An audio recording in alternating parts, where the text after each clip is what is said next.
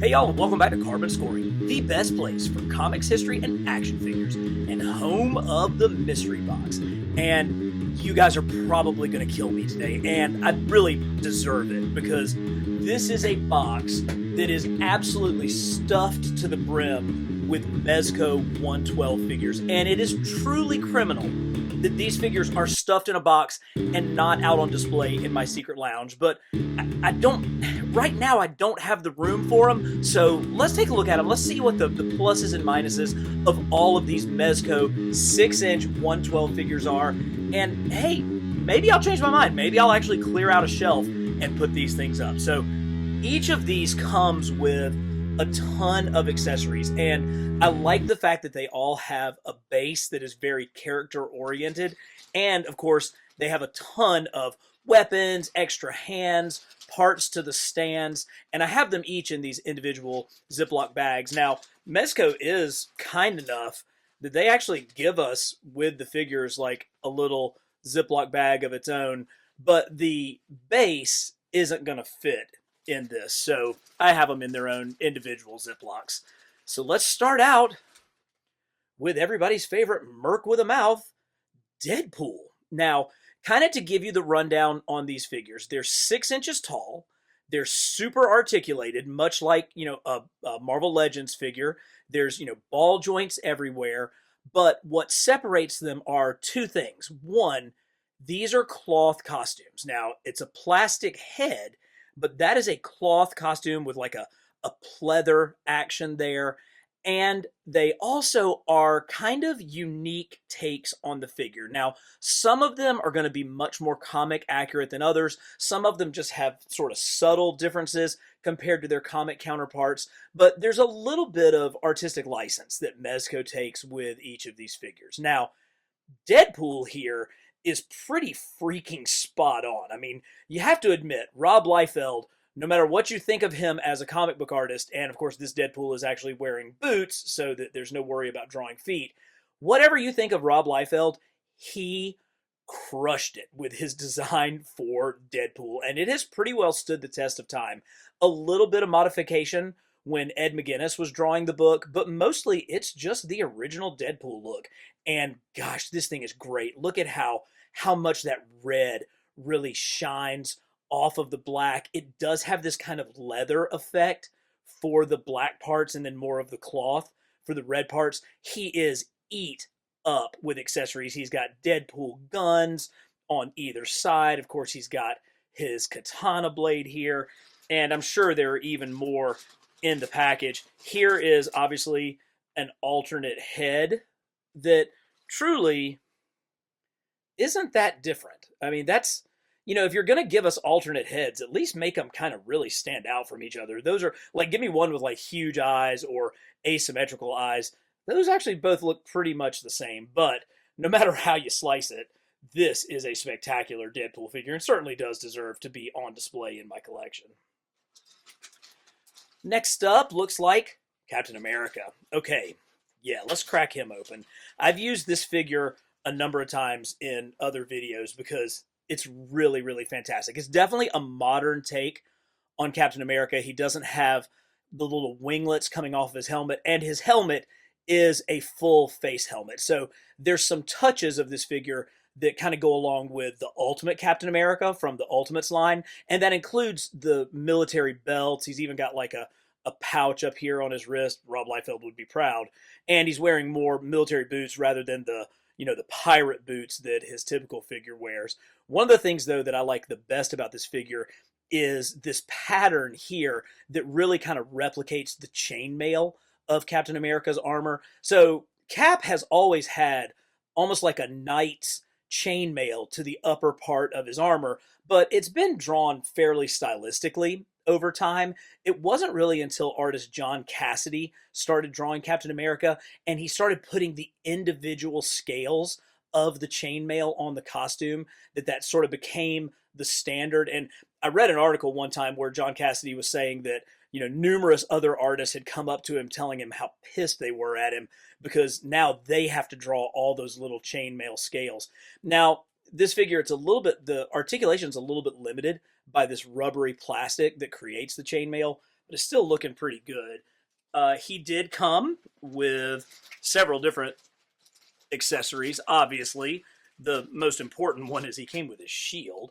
Um, each of these is going to have a ton of different hands. You know, here's like a pointing hand and a thumbs up hand. I mentioned that they have the bases, and just look at how great that cap base looks. I mean, really, really displays nicely. He had the strap here, which I think we'll test it here in a second, but this strap fit over him. That again gives him more of that military look, more of that Ultimates look, and a Steve Rogers head. That's not great. That has really, really weak paint apps on it. It appears that he doesn't even have any eyebrows. And if I had to look, I would say that looks more like a G1 Hawk from G.I. Joe than it does Steve Rogers. But one of the cool things about this shield, very classic shield, I love the shine to it, is that unlike so many of the other shields that have straps, that's a magnet. And I think, yep, it actually attaches to his shoulder harness with the magnet, so you could hold the figure with that. And I think right here in his there should be, yes, there it is. There's a magnet in that pouch, so you don't have to fuss with him, you know, trying to grip that shield the whole time, which means you can use some of the other hands on the arm that you're using the shield. So really, really nice touch for a pretty solid Captain America figure. Here's Daredevil. Great Daredevil logo. But this is where some of the artistic license that Mezco takes with these figures kind of goes off the rails a little bit. So Daredevil has one of the most awesome, simple, classic costumes in all of comic book history. It was designed by artist Wally Wood. Wally Wood was a famous artist for EC Comics and just an incredible illustrator. And he came on the Daredevil title to try to revive it. And like, I think it was issue 8, just basically turned in artwork with a new costume. Didn't even tell anybody. And Stan Lee's like, okay, I guess Daredevil has a new costume now. But that's where DD's all red costume came from. And it's here, but I don't know, man. Shoulder pads, knee pads that when you bend the knee don't even actually fit on the knee. You know, some extra pouches. I do like that, you know, his billy clubs will fit there. And that's a pretty traditional Daredevil head sculpt and mask. You know, it's a little bit of a helmet, which kind of looks like sort of the MCU version. And I'm fairly certain this figure came out before the MCU Daredevil. So maybe it was, you know, ahead of its time. But it, you know, when you look at it in the light, it almost looks like he's got like a Daredevil football helmet on. So this is one where Mezco, kind of taking a little bit of artistic license, it did not actually improve the figure as far as I'm concerned. Oh, here's a good one. Yeah, baby. Iron Fist. Look at that. They've got the great tattoo that Iron Fist has on his chest as his base. You can see inside he has the effects where he builds up his chi and is ready to kind of hit with the full effect of the Iron Fist. Oh, now this is nice, including, check it out, there is a wire in this so that you can get his sash to be articulated in different poses. So nice. This Iron Fist is not the classic Iron Fist, not the 70s Iron Fist with the open shirt and the giant collars and stuff. This is more the 2000s Iron Fist that came from the comic that was written by Matt Fraction and drawn by, I want to say, David Aja. I think it's AJA.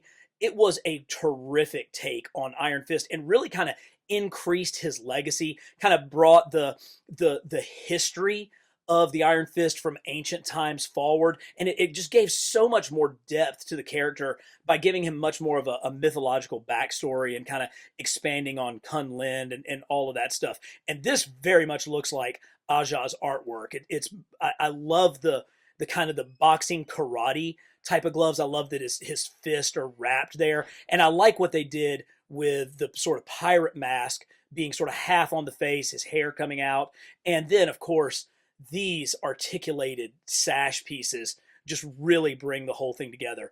We've gotten a few Iron Fists in Marvel Legends. We really are way, way overdue for a new classic Iron Fist. I still have my Toy Biz Iron Fist on display in my secret lounge. But I tell you, this is one that certainly could go down there and take its place next to Luke Cage for the Heroes for Hire. So good. Let's just make sure there's not anything really fantastic in this box. You can see he's got a Danny Rand head sculpt. He has the different kind of power-ups. He does have a set of nunchucks in here and all the different hands. And they're all wrapped, so they all look really, really good. Ooh, that's a nice figure. That is where the 112 line is excelling, for sure. Magneto, big X, which I like that better than trying to go with some kind of giant M. Let's just, keep the X-Men with the X's. Magneto has a classic Jack Kirby design costume that truly does not need any real improvement. And what they did here by going more tech around here instead of the rivets, the raised 3D rivets, I don't love it. It does have a little bit of a Kirby feel with sort of the line between the two circles. I can get behind the idea of that. I just don't know that it's as well executed as the original. Plus, I feel like this helmet looks too tight. Doesn't it look like his head is just kind of squished into that helmet? It looks better in profile, but straight on, it's like, no wonder he's mad, because this helmet is way too tight. Now, much like what we saw with Iron Fist, you do get a wire-articulated cape, which, again, with these soft goods capes, having that wire in there creates so much dynamic posability. And I've used these for some photo shoots on the rare occasion that I actually try to compete with the big boys and take cool pictures. And these capes make for a huge difference in that. That's a nice figure. That's pretty good. That's definitely pretty good. Oh, this is a winner. Okay. Yeah, I have to admit, I actually picked up two of these. This one is so good that I have another one on display down in my Iron Man armory in my secret lounge. And you can't tell it on the video. This thing is heavy. It's all metal. This is vac metal. The chest is vac metal. Everything red, with the exception of the helmet, is all vac metal. Even actually, no, those are plastic. But this is one where, again, you can see they took a little bit of liberties. There's a little bit more kind of stuff. He's the classic 70s, 80s Iron Man in general, but then there's a little bit of kind of added extremis stuff that sort of goes with him, which just kind of brings out the sculpt a little bit and really creates some of that great shine. Look at how well the light shines off that vac metal. Oh, that's so good. Now his, yep. So this pops off. Now, I don't know if I put the batteries in this one.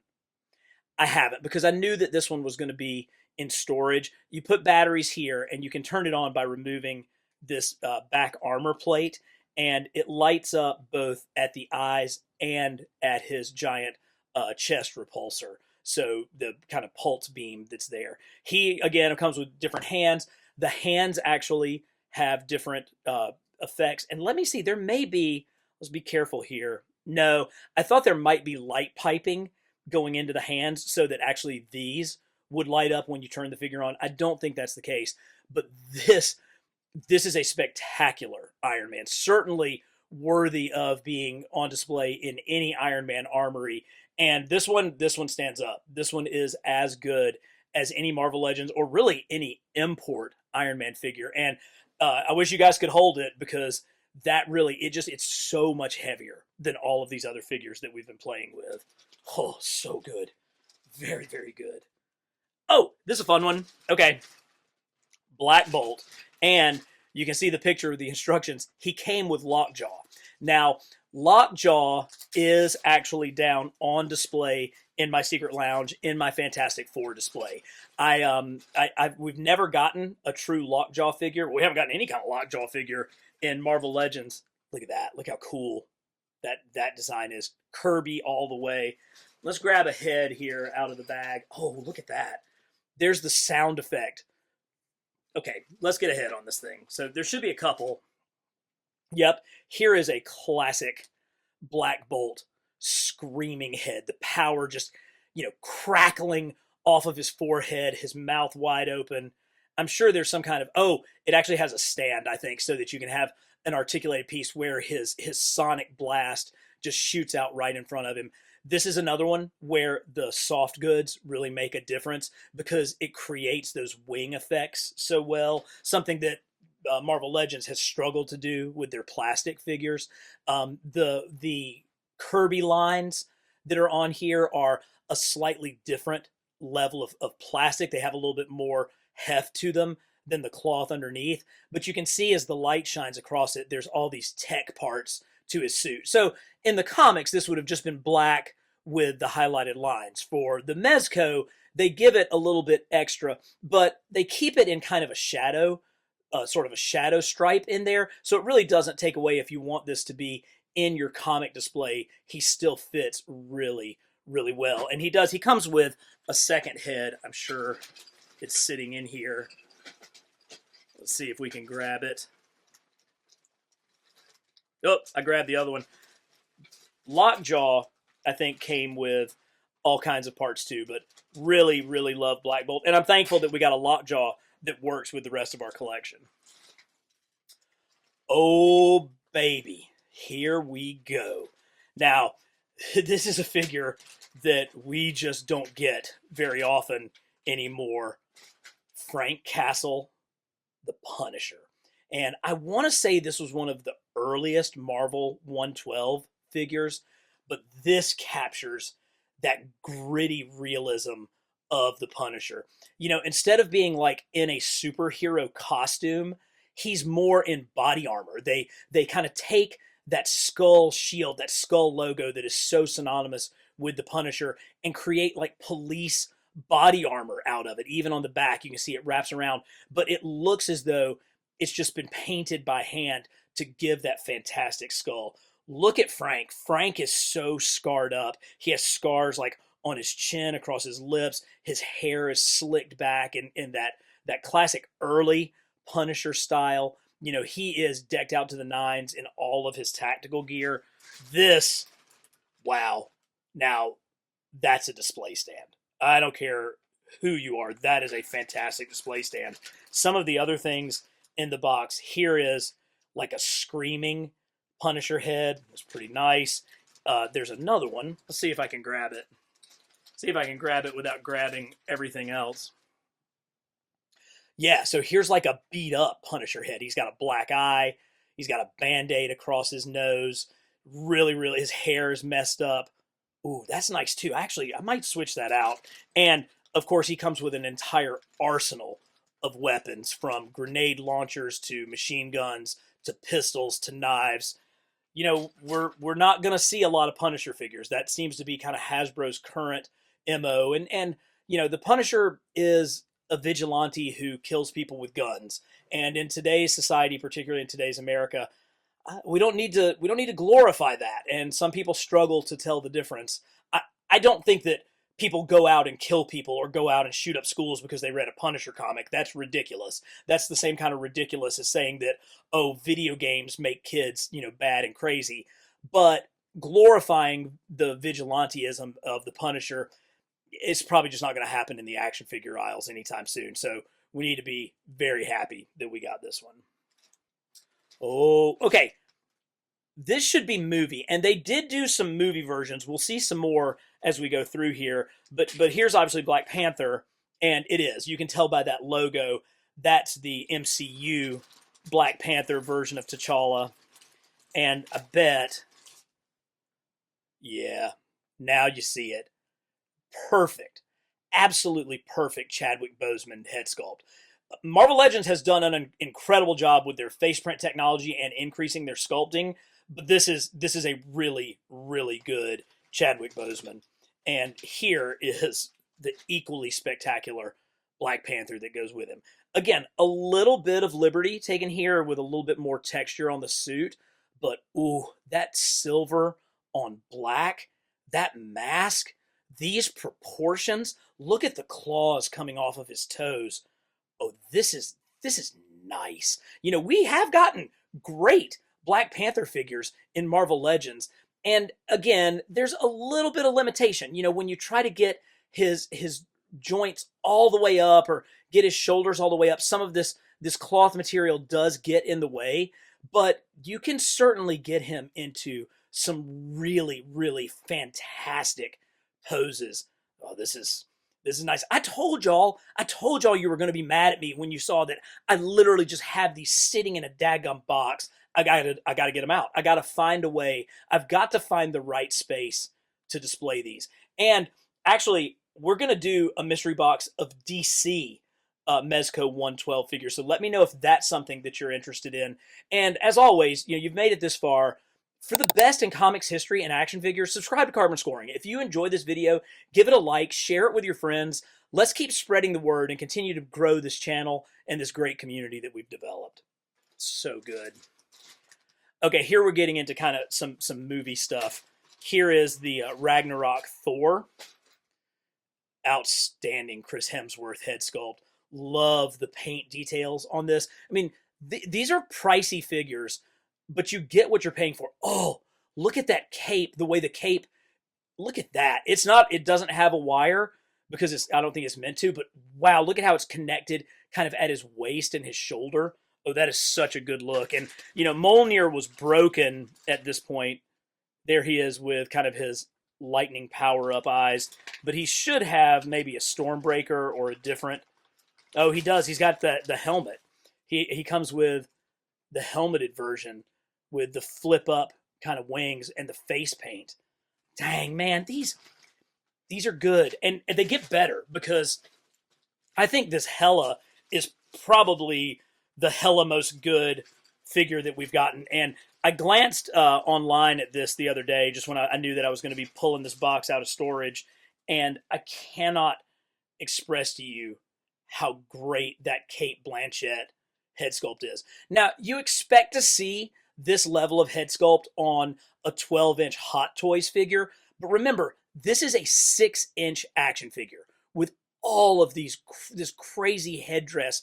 But, I mean, it looks exactly like the actress Cate Blanchett who played Hela in the movie. And it also, look, this thing is sharp too, by the way. I've had it in my other hand, and it's poking the crap out of me. So, again, not for kids. But look at this head sculpt. Look at that smirk. Just the power, the evil of that. That is outstanding work. And I know there's one more. Yeah, here it is.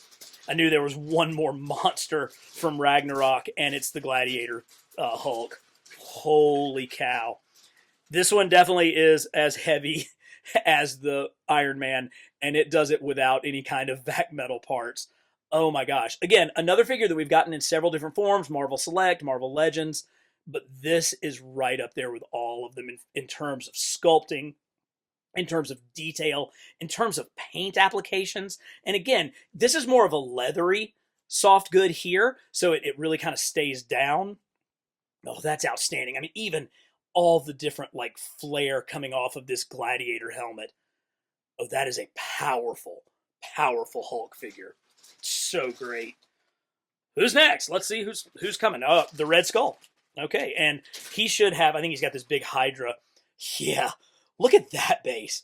How sweet is that? I ought to have that, I have a Hydra display downstairs in my secret lounge. I need to have this on the wall behind them. That would look so, so good. But let's pull out Captain America's mortal enemy, the Red Skull. Oh, there's a cosmic cube.